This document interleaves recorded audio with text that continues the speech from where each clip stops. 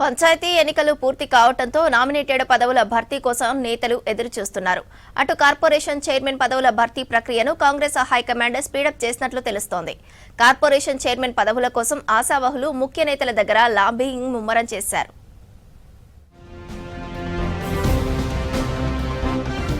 కాంగ్రెస్ అధికారంలోకి వచ్చి 2 ఏళ్లు పూర్తయింది. ఇప్పటికే తొలి దశలో కార్పొరేషన్ చైర్మన్ పదవుల్ని భర్తీ చేశారు.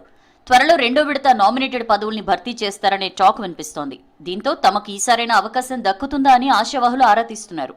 మొత్తం 56కు పైగా నామినేటెడ్ పదవులు ఇప్పటి వరకు ఖాళీగా ఉన్నాయి. ఉత్కంఠతో ఎదురుచూస్తున్న కార్పొరేషన్ చైర్మన్ పదవుల భర్తీ త్వరలో ఉంటుందని గాంధీభవన్ వర్గాల్లో చర్చ జరుగుతోంది. అధిష్టానం నుంచి ఏ క్షణమైనా జాబితా రిలీజ్ కావచ్చని తెలుస్తోంది. మొదట రిలీజ్ అయ్యే జాబితాలో 25 పోస్టులు ఉండనున్నాయి. నామినేటెడ్ పదవుల భర్తీపై AICC incharge Meenakshi Natarajan, CM Revanth Reddy, PCC chief Mahesh Kumar Goud కసరత్తు చేస్తున్నారు.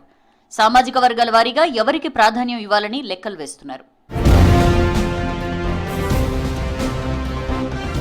ఇక నామినేటెడ్ పదవుల భర్తీపై సీఎం రేవంత్ రెడ్డి క్లారిటీ ఇచ్చినట్లు తెలుస్తోంది. దీంతో ఎవరికి పదవులు దక్కుతాయో అన్న టెన్షన్ నేతల్లో నెలకొంది.